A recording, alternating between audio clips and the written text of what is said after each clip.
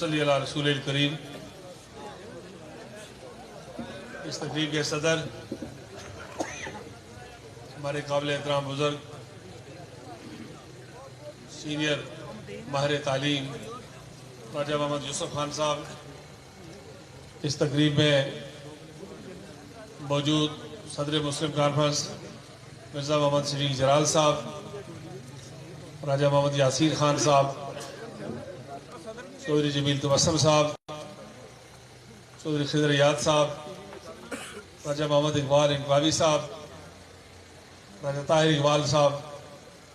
ہمارے منتظمین اور خاص طور پر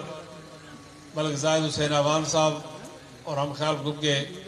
سارے منتظمین، شرکائے محفل، پریس کلب کے نمائندگان، بزرگوں، بھائیوں اور ساتھیوں، میں دل کی گہرائی سے ہم خیال گروپ کا شکریہ ادا کرتا ہوں کہ انہوں نے اس محفل کا اہتمام کیا، اور آپ سب کو دل کی گہرائی سے مبارکباد دیتا ہوں کہ پچھلے 6-7 گھنٹوں سے جس دل جمی کے ساتھ، جس شوق کے ساتھ،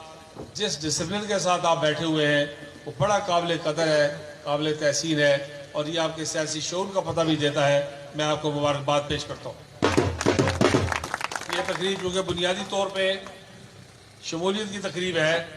تو میں ملک زاہد حسین اعوان صاحب کا، میجر طفیل راجہ صاحب کا، راجہ محمد یوسف صاحب کا، چودھری محمد اعظم صاحب، پیر جمال، مرزا ٹھیکیدار اسحاق بیگ صاحب کا، حاجی صغیر مغل صاحب کا، سید افتخار حسین شاہ صاحب نثارم کا، چودھری عبدالغنی صاحب کا، اور مرزا طارق نصیر صاحب اور ان کے سارے ساتھیوں کا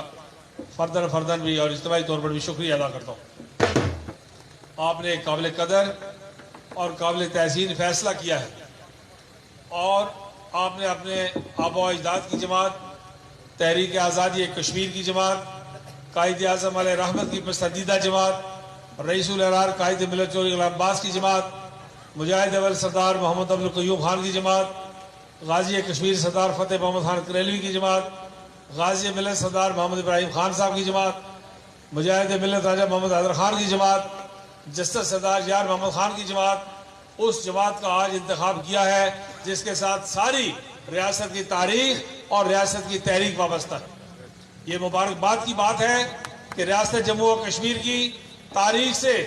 اگر آج جموں و کشمیر مسلم کانفرنس کو نکال دیا جائے تو باقی ہندوؤں کی اور ہندوستان کی تاریخ بچتی ہے، لیکن اسلام کی تاریخ، مسلمانوں کی تاریخ، آزادی کی تاریخ، پاکستان کے ساتھ وابستگی کی تاریخ، شہداء کی تاریخ، مجاہدین کی تاریخ، مہاجرین کی تاریخ، غازیوں کی تاریخ اگر آپ تلاش کریں گے تو آپ کو پیپلز پارٹی میں نہیں مل سکتی، وہ آپ کو نواز لیگ میں نہیں مل سکتی، وہ آپ کو تحریک انصاف میں نہیں مل سکتی، وہ صرف اور صرف آج جموں و کشمیر مسلم کانفرنس میں۔ یہ سب جمعیں ہمارے لیے قابل احترام ہے، لیکن کوئی حالات کی پیداوار ہے، کوئی حادثات کی پیداوار ہے، کوئی انتخابی ضروریات کی پیداوار ہے، لیکن مسلم کانفرنس ایک تاریخی عمل کی پیداوار ہے، اللہ کے فضل و کرم سے، جو پچھلے 84 سال سے اپنے مشن پر گامزن ہے اور کامیابی کے ساتھ آگے بڑھ رہی ہے۔ اس سے پہلے مرزا شفیق جلال صاحب نے بھی ذکر کیا، پچھلی بار جب ہم آئے تو ملک زاہد اعوان صاحب اور ان کے ساتھیوں کے پروگرام میں انہوں نے پیپلز پارٹی چھوڑ کر شمولیت کی۔ آج یہ دوسرا پروگرام ہے، میرے درمیان میں بے شمار پروگرام مرزا شفیق جلال صاحب کے چلتے رہے۔ میں حلقے کے لوگوں آپ کو مبارکباد پیش کرتا ہوں دل کی گہرائی سے۔ بہت قیمتی اور قابل ذکر باتیں ہوئی ہیں، راجہ منیر صاحب نے کی ہیں، راجہ یوسف صاحب نے اپنی گفتگو میں کی ہیں، میجر صاحب نے، میجر طفیل راجہ صاحب نے انہوں نے حلقے کے لوگوں کی جذبات اور احساسات کی ترجمانی کی بات کی، اور ان کا زور کس بات پر تھا؟ میجر صاحب کی کوئی گھنٹے بھر کی تقریر میں کس بات پر زور تھا کہ وہ لوگوں کے حلقے کے لوگوں کے عزت نفس پر پہرا دینا چاہتے، اور ہم نے پوری بات سن لیں اور اس کو سمجھنے کی کوشش کریں۔ میجر صاحب نے کہا کہ لوگوں کے اس علاقے کے حلقے کے لوگوں کی عزت نفس مجروح ہو رہی تھی۔ مرزا شفیق جلال صاحب جماعت میں کوئی زیادہ سینئر آدمی نہیں ہے، ان سے بہت سینئر لوگ پڑے ہوئے ہیں۔ سارے آزاد کشمیر کے لوگوں نے بشمول میں بھی مجاہد اول کا کارکن ہوں، مرزا شفیق جلال صاحب کا انتخاب کس لیے کیا؟ سینئرٹی کی بنیاد پر نہیں کیا، اس بنیاد پر کیا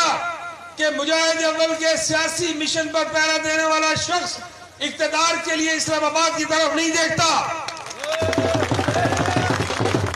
رئیس الاحرار چودھری غلام عباس کے مشن پر پہرا دینے والا شخص اقتدار کے لیے پاکستان کے سیاستدانوں کو نہیں دیکھتا، وہ تاریخ پر نظر رکھتا ہے۔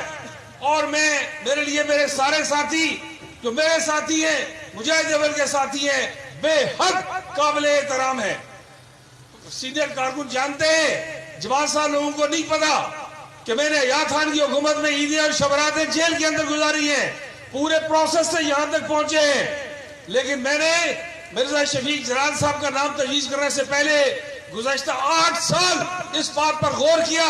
کہ مجاہد اول نے اپنی زندگی، موجودگی اور صحت میں ایک دوسرے آدمی کو اس کام کے لیے تیار کیا۔ مجھے مجاہد اول کی سنت کو زندہ رکھنا چاہیے، یہ موروثی سیاست نہیں ہے، کسی دوسرے آدمی کو موقع ملنا چاہیے۔ جس آدمی کے بارے میں سوچتا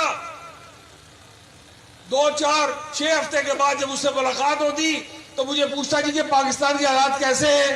تو میرا دل کرتا کہ تمہیں بھی فٹے ہوں اور مجھے بھی فٹے ہوں۔ میں سوچتا تھا اس کو جماعت سے صدر بنایا جائے۔ دوسرے آدمی کے بارے میں سوچا تو 2 مہینے میں کسی تقریر میں لیٹ گیا۔ تیسرے آدمی کے بارے میں سوچا تو اسے کہا جی حالات کیا ہوں گے، ہمارا کیا بنے گا۔